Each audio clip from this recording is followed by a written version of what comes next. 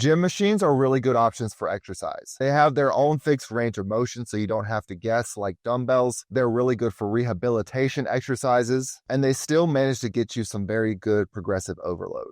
However, there's a couple machines that are killing your gains. Why does that sound familiar? What are those machines? Well, let's talk about it in today's video. I'm right outside the gym. Let's go inside and check it out.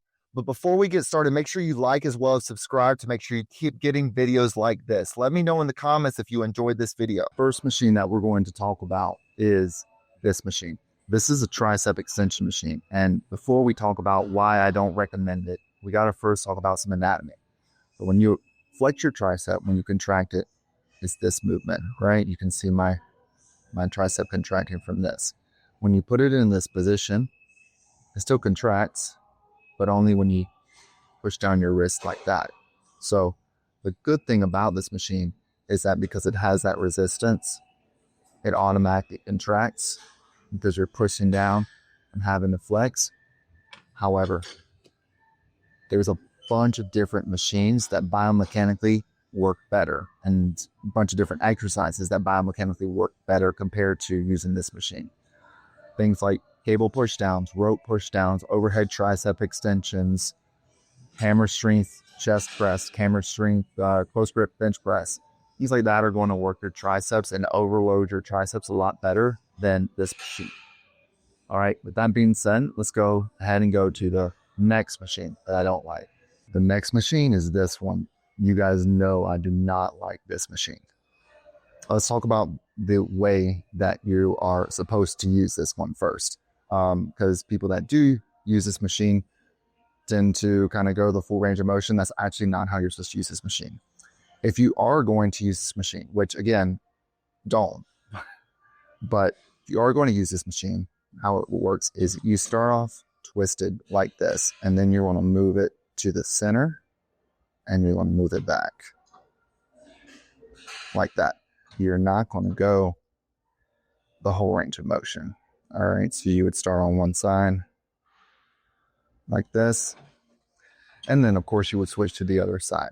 There's a problem though. The reason that this machine is bad is because that's not how your spine is supposed to rotate. If you were to watch yourself and how you move and how your back rotates, your upper back is the one that rotates and does all the movement. Your lumbar spine, the lower back, that's the one that's more for stability.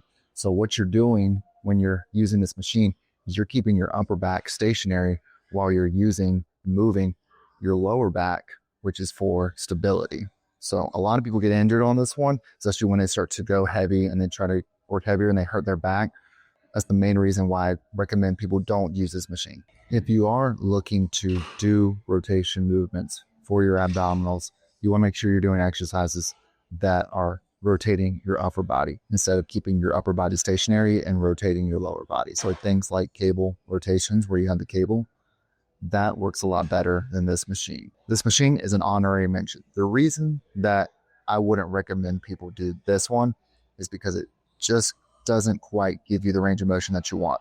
What I mean by that is when you're doing this machine, yes, it's working your glutes because you're kicking out. But what would be even better is if this machine could go out and up. But unfortunately, because it is limited on that track where it just goes back and forth, it's not going to be as good as if you did something like a cable kickback, where you have that ability to bring that leg up even more. And let's move on to the last machine that I don't recommend. The last one, fan favorite of what a lot of people say is a bad machine. And it's true because it does put a lot of pressure on your knees when you're actually using this machine. I have a friend who had her knee injured in doing jiu-jitsu, so can't do this machine because all it does is just put stress on the knee.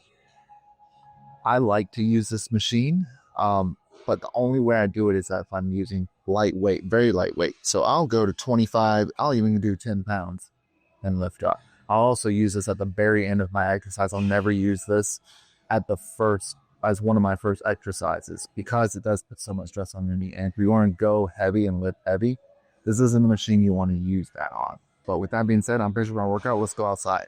Just remember that all these machines aren't inherently bad. However, there are a bunch of better exercises that you can choose instead of these machines. But what are you guys' thoughts? Do you agree with my list? Do you disagree? And if you disagree, tell me in the comments below why you disagree. But thank you guys so much for watching the video.